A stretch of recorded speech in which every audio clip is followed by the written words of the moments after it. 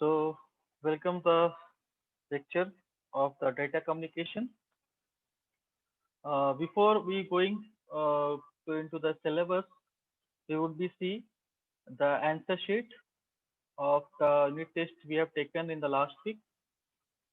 So, the response coming from your side is quite good, and if you would be see the questionnaires of the this unit test, that would be also uh, a simple one. So I would be just discuss one by one the questions, and then if the time permits, we would be continue to the topic. So the first question was, which of these is not a guided media? It is a straightforward questions.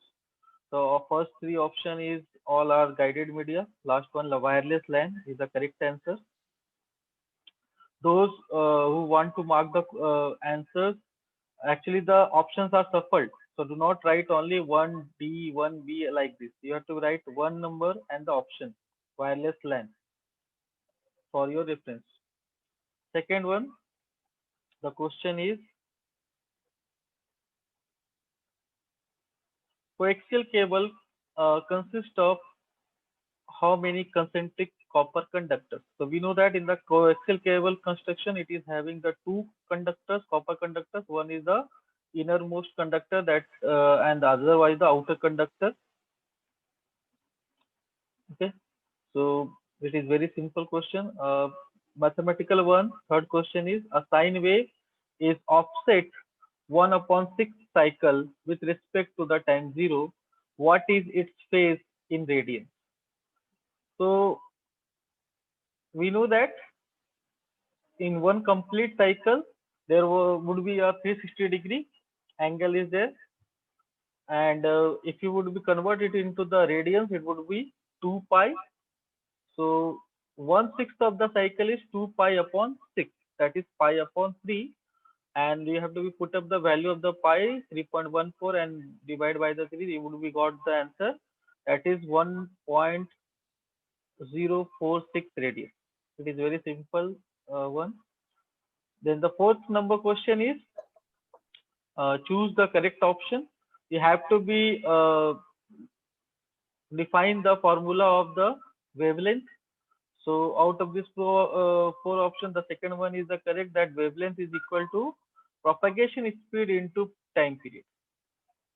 Okay. Those who are not remembering the formula, you can also find out this answer with the help of the units. Propagation speed is in the meter per second and time period is in the second. So wavelength would be measured in the centimeter or the meter. You can also calculate like this. Fifth number question was, a digital signal has 8 levels. How many bits are needed per level? So it is again a simple question. Uh, a digital signal having 8 levels means you have to be use the formula that to the power n for finding out the levels. So to the power n is equal to 8. That means n is equal to here 3. So this is 3 bits are needed per level. If our digital signal having the 8 levels means per level we have to be required 3 bits. Then sixth number question is, baseband transmission means what? So generally the baseband transmission, band pass transmission, there are different types of digital transmissions we have learned in the syllabus. So baseband transmission, generally you have to be perform a communication between the computer to computer, where we have to be send the digital signal over the channel without changing digital signal to a analog signal. That is the baseband transmission. If you would be convert the digital signal into the analog one for the transmission purpose, then it would be band pass. Okay, like the ASK, PSK. So we have to be here define the baseband transmission, that is sending the digital signal over a channel without changing the digital signal to a analog signal. That would be the correct answer. Now come to the seventh number question. Uh, when signals when signals at different frequency share the same transmission medium, the result may be what kind of noise, it is asked actually. So when the different frequency signal, a signal having the different frequencies and sharing the same transmission media, so at that time you can say that the result would be intermodulation noise. There would be not a chance of the thermal noise or impulse noise or crosstalk. It is a intermodulation noise that we have already learned in the first unit. In the 8 number question, I have given one equation that is for the calculation of the maximum bit rate. You have to be find out that this equation bit rate is equal to twice of bandwidth into log base 2 L is valid for which kind of channel. So generally we have learned uh, two kinds of the channels are noisy and noiseless. So it is actually Nyquist criteria. So it would be follow the noiseless channels. For the noiseless channel, we follow the Nyquist criteria. It is the Nyquist criteria given in the question. Okay. And when the noisy channel would be there, there would be the consideration of the signal to noise ratio in the formula. Bandwidth into log 1 plus SNR like this. Okay. So the correct answer is noiseless channel. Now the 9th number question was satellite communication is an application of sky propagation, line of sight propagation, ground propagation. These are the options are there. So obviously it is a line of sight propagation we have learned in the first unit. I'm not going to the description, but this is the straightforward question is there. Again, this is a straightforward question. I have asked about the frequency range of the radio waves. We have learned lots of the different types of the waves. Okay, so out of that microwave, radio waves, infrared waves, so we have to be know the values of all the frequency range. So we have to be actually remember the electromagnetic spectrum according to frequency wise also, according to wavelength wise also. So this is a very simple question. So we have to be answer the 3 kilohertz to 1 gigahertz. This is the range of the radio waves. Okay. Then signal rate is measured in, you have to be just write the unit of the signal rate, that is bouts. If I ask the data rate is measured in that, then the answer is bits per second. But it is signal rate, so you have to write the bouts. Symbol rate or signal rate is both the name it has. 12th number question was in which transmission channel capacity is shared by both communicating devices at all the times. So we have learned three types of the transmission: simplex, half duplex, and full duplex. So when both the communicating devices share the channel capacity at all the times, it is a example of full duplex. Okay, like a mobile communication. 13 number question was fill in the blanks. Regenerate a signal, connect segments of the LAN and has no filtering capability. So we have learned the devices like bridge, router, switch, repeaters. This is an example of a repeater. It connects the segments of the LAN but does not having the filtering capability. Repeater, what the repeater do actually? It would be regenerate the signals. Okay, when the signal would become to weaken in their strength, so we have to be use the repeaters to regenerate the signal, and again the signal would be got its strength back. Okay, but it does not filter out the noise or any kind of the errors in the signals. It does not have this capability. Then the 40 number was the which device can check MAC addresses contained in the frame. So when you have to be transmit the data packets of the frame, do not make the noise at the background.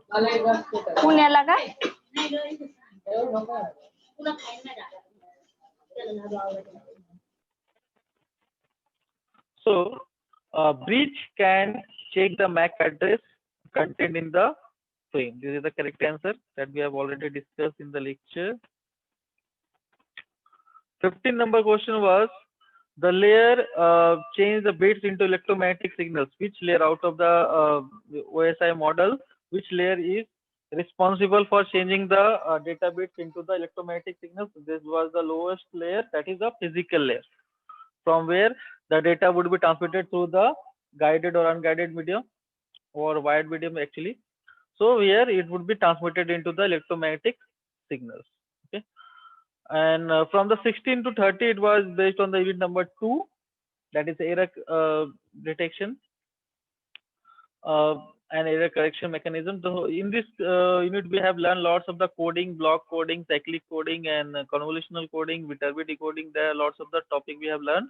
So I have asked the question based on that.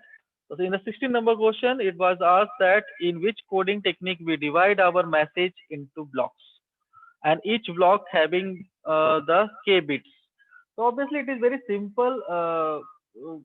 Once the term is blocks came, so it is very simple to define what do you mean by the blocks actually. So it is a block coding where we divide our message into the blocks, and each of the block having the k bits called it is data words. So it is the term before encoding they have asked. So it is called a data words. After the coding, it would be converted into the code words. Okay. So the correct option is block coding, and each of the k bits blocks is called as the data words. In the 17 number questions, uh, we have we add the r redundant bits to each block to make the length of the block n is equal to k plus r. So the resulting n bit block are called as what? So it is very simple again. What it means, you know that what it is called as? It is called as a code word. Okay. So code word having the length of the n, that is k plus is number of redundant bits, that is r. We have learned this in the block coding, and then the fill in the blanks that between the two words is the number of differences between corresponding bits. So you have to be just give the name. It is a definition of the Hamming distance actually. The Hamming distance between the two words is the number of differences in the corresponding bits. So means how many number of zeros and ones we have used. So that is the Hamming distance we have to be actually calculate with the help of this number of differences in the corresponding bits. So that is a very simple definition. We have all learned Hamming distance. Then 19 number question, to guarantee the detection of up to 5 errors in all cases, the minimum Hamming distance in a block code must be. So this is the detection procedure. It is not asking the correction. There is a two formula we have discussed. If the number of errors is odd, then what is the formula? If the number of errors is even, then what is the formula? So here the number of errors is odd. So we know that what is the formula for this. Okay, so it can be defined as a d minimum minus 1 number of error detected. If it is odd errors, so it would be d minimum minus 1. So minimum Hamming distance is, there is a 5 errors, so you can define as a formula as a t is equal to d minimum minus 1. So d minimum is the t plus 1. T is here 5. So 5 plus 1, it is a 6. The answer is the 6. One more than the number of error detected. But if it is error is even, then that would be a different formula we have to be used. Now, in the 20th number question, the codes are special linear block codes with one extra property. If the code word is rotated, the result is another code. This is the property of the cyclic code. If the code word is rotated, so result would be the another code word. So the correct answer would be here cyclic code. Cyclic code is nothing but it is also one kind of the block code. So the correct answer would be here a cyclic code. Then 21st number question, in modulo 2 arithmetic, we use generally a modulo 2 arithmetic in all the topics we have learned in the unit number 2, that is modulo 2 arithmetic. You have to be just mention which procedure you have to be used, that would be give the same result. There the options are addition and subtraction, addition and division, addition and multiplication, subtraction and multiplication. So we know that in the modulo 2 arithmetic, uh, addition and subtraction having the similar function. Okay, if it is 1 plus 1, then also the answer is 0. If it is 1 minus 1, then also because it would be deals with the only binary numbers. Okay, so it is 1 plus 0, 1, 1 minus 0, 1. So when the similar number of bits, it would be a 0 there. We know that it is just like a XOR gate. So the correct option is here, addition and subtraction. Now come to the 22 second number of the question. In which error detection method the receiver corrects errors without requesting retransmission? So we have learned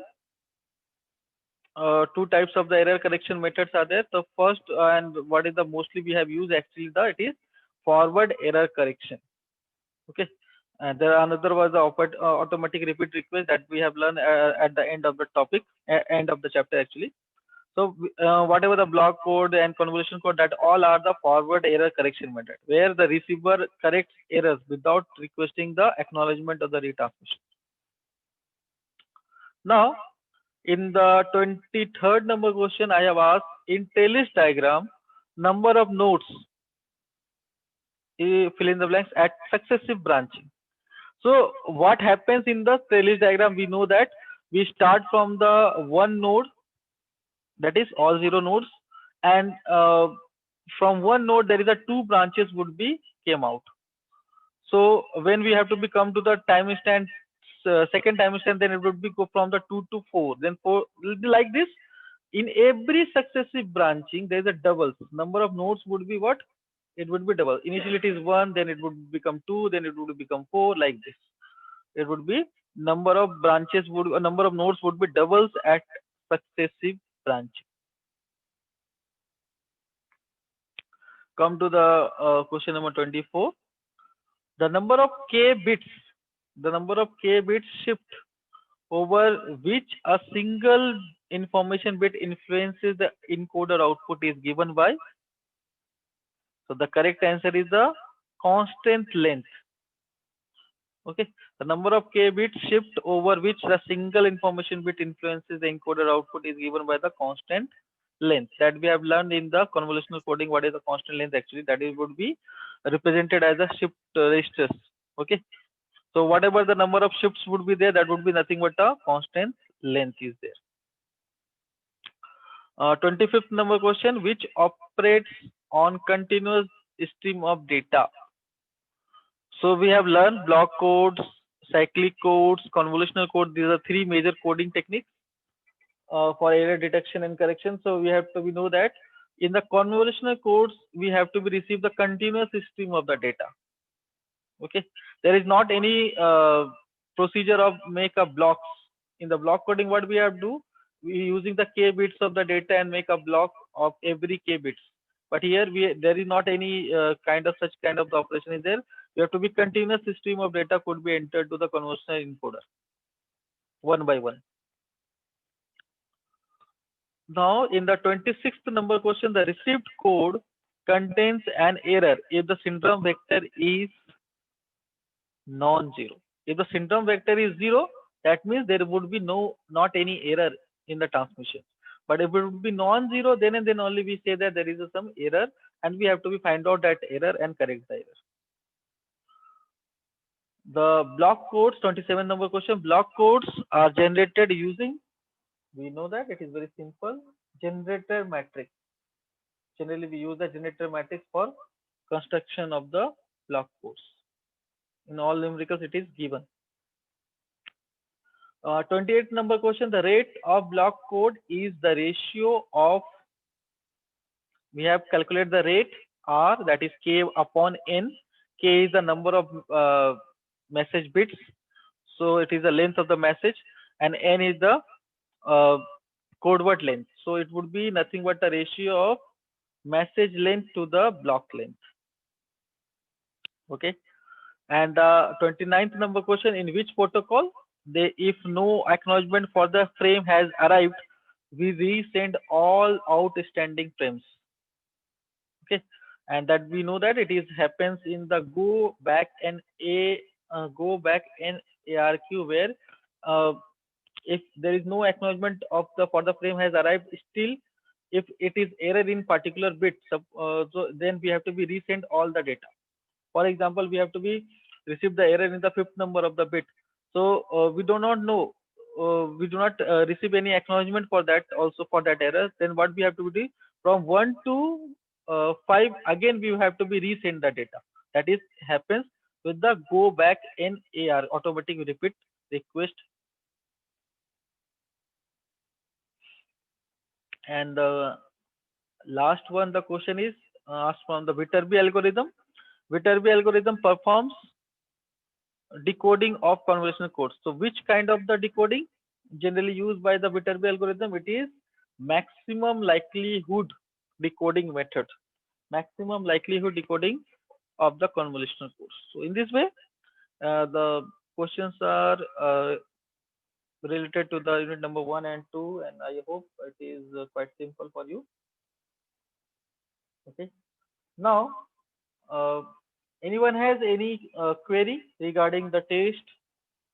Actually, performance is quite good, but whatever you have any query regarding the questions and answers, whatever you can ask me.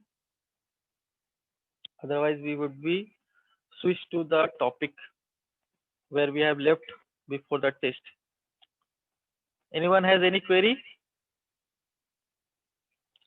Okay. So we have to be come to our actual topic that we are discussing. We have end our lecture at the topic mutual information. So we are learned the topic of the mutual information. We have seen the properties of the mutual information in the last lecture. We have discussed the two properties of the mutual information. First one was the symmetry, and second one has mutual information always non-negative. Okay, so I of x y to alphabet is always greater than or equal to 0. Then the third property we have just noted down in the last lecture, expansion of the mutual. This is the last property of the mutual information. Today we will be see the mathematical analysis of this property. So the third property of the mutual information is the expansion of this mutual information, where we have saying that the mutual information of a channel is related to the joint entropy of the channel input and the channel output by the relationship I of xy is equal to h of x plus h of y minus h of xy. Means it is a relationship is mutual information can be represented as the entropy of x plus entropy of the y and the joint entropy of xy. Okay. So this is the equation number 23 that we have written in the last uh, lecture. So what is this? This is nothing but it is called the joint entropy. Like the joint probability, it is a joint entropy. So we have to be make proof. We have to be say that this equation is correct. So first of all, we have to write the equation of the joint entropy h of xy. So what is the h of xy is actually? We have to use the double summation as usual because it is a joint entropy. So sigma j is equal to 1 to m, then k is equal to 1 to n is there, and then uh, probability of xj comma yk. It is a joint probability because we have using the joint. We have to be use a reference formula or basic formula of the entropy. H of x is what? It is probability of x into log of 1 upon probability of x. Similarly, for the joint entropy, h of x comma y is what? It is a uh, double summation. It is j is equal to 1 to m and k is equal to 1 to n. Then probability of xj comma yk, then multiply with the log base 2 1 upon probability of xj comma yk. This is the uh, equation for the joint entropy. Okay. Now we have to be expand this particular equation. So this would be as it is. Summation would be as it is. Now we have to be correlate the terms inside the logarithm. Okay. Now what we are going to do today, uh, we have to be just uh, multiply the two terms p of xj into p of yk in the numerator. To balance this, we have to be divide with the same term in the denominator, p of yk, and whatever it is mentioned, it is p of xj comma yk as it is. Okay. So this is the term we have to be used because it is a one. We can represent this one in multiplication. So p of xj into p of yk. Similarly, we have to be balancing it by using the same terms in the denominator, p of xj into p of yk. Now, why I have written this is the some purpose behind writing like this. Everyone, please note it down simultaneously.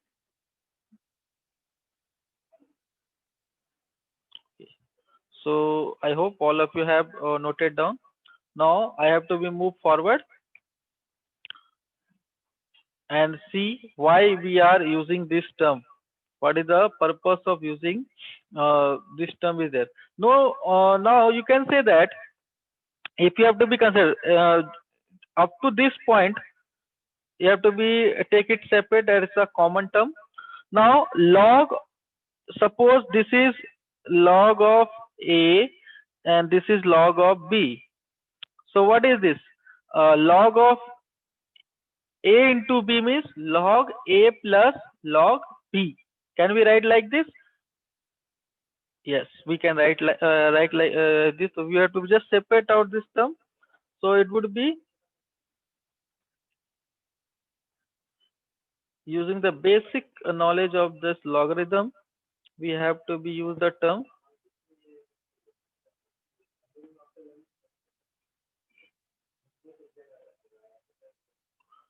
So up to this point is common. Now we are going to use the logarithm formulas. So p of xj into p of yk upon p of xj comma yk. Okay, and then same terms we have to be rewrite like that much space is not sufficient, so we have to use plus same terms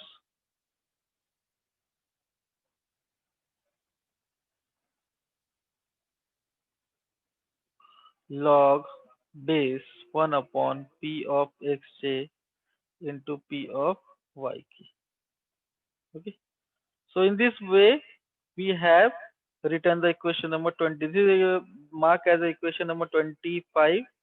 We have just used the logarithm formulas and separate out the two terms here. Okay, these are the constant terms, you can say. This is common to both the terms that is separated by the operator of the summation. So out of this, in the equation number 25, everyone please note down the first term, the first double summation term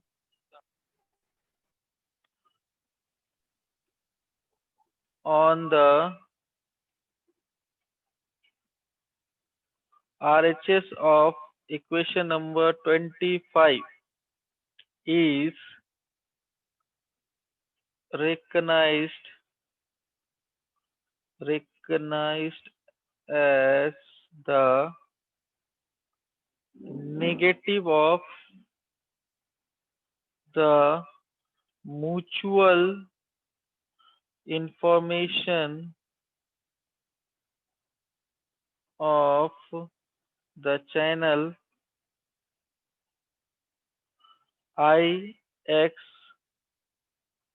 y as given in equation number 20.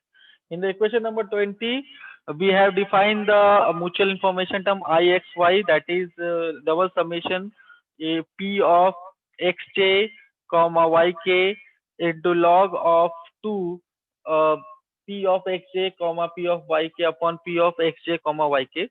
That if you have to be refer the equation number 20, so this would be the first term is nothing but this would be the representation of the I of xy. Okay, this is the term. This is the correlated. It is mentioned in the equation number 20. Okay, so but it is in negative because in the equation number 20, if you have to remember, this would P of xj comma yk is in the numerator and this term is in the denominator. So it is written in inverse manner, means it is a negative in the log. When the numerator would be come into a denominator, we can represent it as the negative of the log. So we have to be work on this particular second term only. First term we have already defined, that is a minus I of x comma y. Now the second term we have to be defined. You can refer it as a minus I of x comma y. Okay. Now we have to be work on the second term. So what is the second term is there? The second term is P of xj comma yk log of base to 1 upon P of xj comma P of yk. This. So can we write this equation as it is a multiplication 1 upon P of xj into 1 upon P of yk. So as per the logarithmic formula, when there is a term log of a, we know that this is a log of a into b. So log of a plus log of b. We know that this is the formula of the logarithm. So we have to be use same things here. J is equal to 1 to m log of 1 upon P of xj into k is equal to 1 to n P of xj comma yk plus k is equal to 1 to n log of 1 upon P of yk into sigma j is equal to 1 to m P of xj yk. Okay, please note down this particular equation.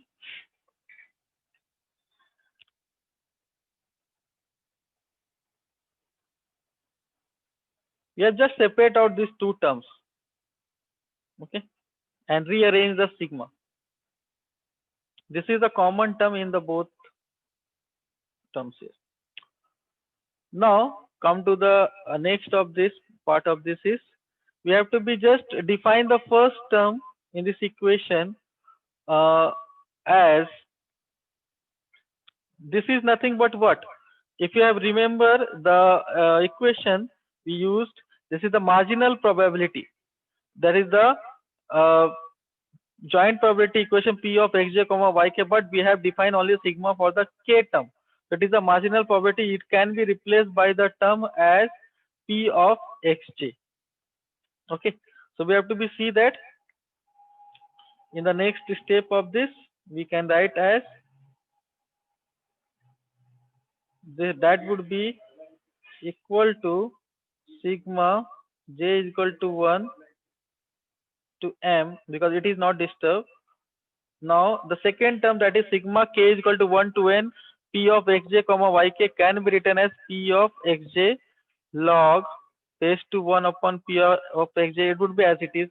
It does not any change.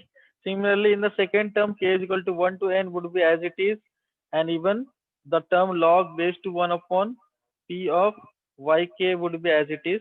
Only the term it is the sigma j is equal to 1 to m P of xj comma yk would be changed, and this would be nothing but your P of yk by using the term marginal probability. So it is for the first term, it is h of x. The second term, it is h of y. So this is your equation number 26. Okay. So where we have used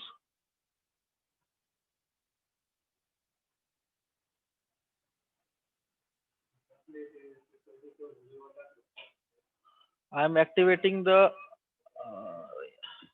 sorry, I am activating you the attendance. Please fill your attendance now. This is very less time is remaining.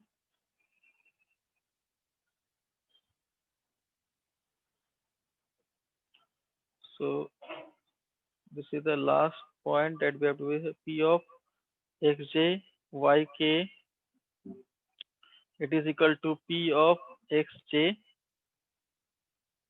then sigma j is equal to 1 to m P of xj comma yk, that is equal to P of yk. That would be called as a marginal probability. Okay. So substitute the value of equation 20 and 26 into equation 25. You would be got h of x y, it is equal to minus I x y plus h of x plus h of y. That means what? You can rewrite this I of x y is equal to h of x comma y, sorry, h of x